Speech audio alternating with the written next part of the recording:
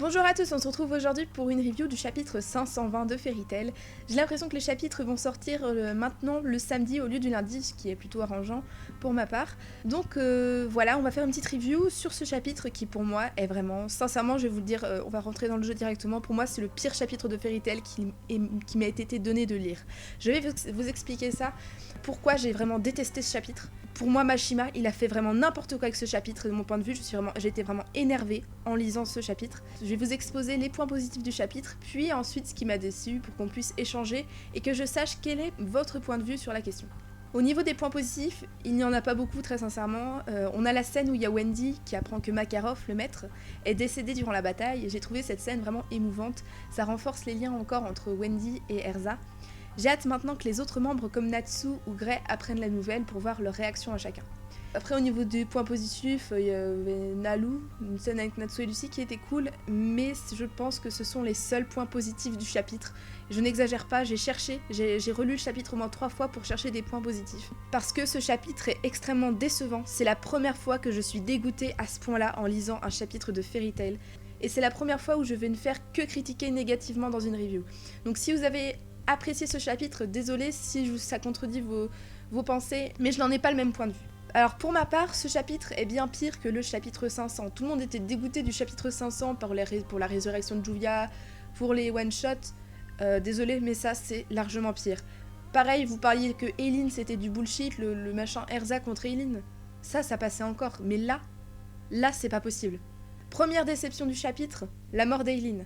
Je trouve que c'était pas le moment approprié pour elle de mourir. Je reste sur ma faim par rapport à ce personnage qui aurait pu être exploité encore un peu plus, car c'est quand même la créatrice de la magie de Dragon Slayer et la mère d'Erza. Bon, après, les parents des membres de Fairy Tail, on sait très bien qu'ils meurent en général, mais pour moi, c'était pas le bon moment pour qu'Eileen meure. Apparemment, elle est morte après, mais c'est possible qu'elle se relève aussi plus tard et qu'elle vienne aider Erza en cas de besoin.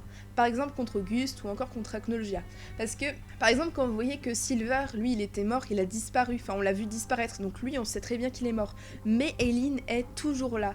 Elle est par terre, elle a une épée dans le bide, mais elle est toujours là, elle n'a pas disparu. Donc, il y aurait peut-être un potentiel retour par la suite, ça serait sympa. Et bon, je vais passer directement à la grosse déception du chapitre. Mashima a vraiment tout foiré sur l'intrigue et le développement de Natsu, et ça c'est même plus du bullshit, c'est vraiment de la connerie. Je suis désolée, on te tease pendant une centaine de chapitres que le protagoniste est un démon et ci et ça. On t'apprend qu'il est en train de mourir, et comme par magie, par le pouvoir de la volonté, attention, le pouvoir de la volonté, ça y est, c'est une nouvelle chose, et par une décision qu'il a prise dans sa tête, il est ressuscité sans problème, au calme. Oui, voilà, il était en train de mourir, mais non, monsieur a décidé que non, il était un humain, et donc il peut revivre. Et ça, je trouve ça ridicule.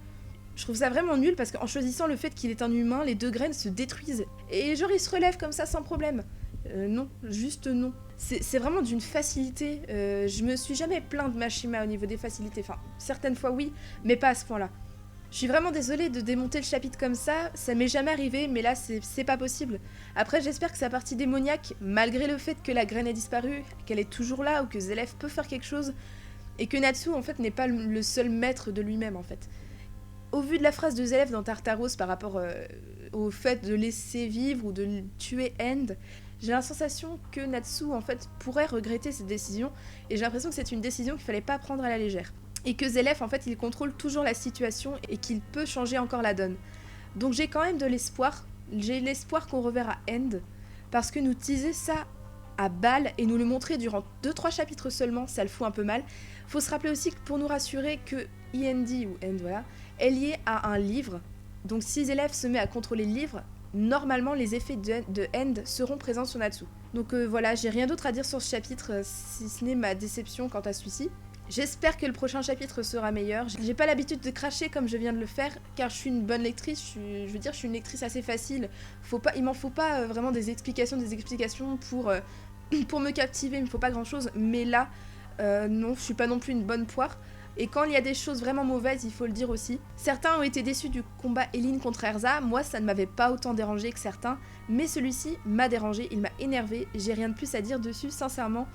Je vais essayer d'oublier ce chapitre, j'espère, et on va se tourner vers l'avenir pour voir les prochains chapitres qui, j'espère, seront meilleurs.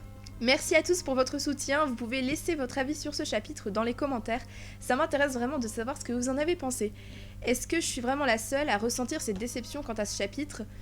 Petite info également pour une convention au mois de février, je serai le samedi 25 février à Tours pour la convention Japan Tour Festival et nous serons un trio de Lucie, Erza et Juvia cosplayés durant cette journée.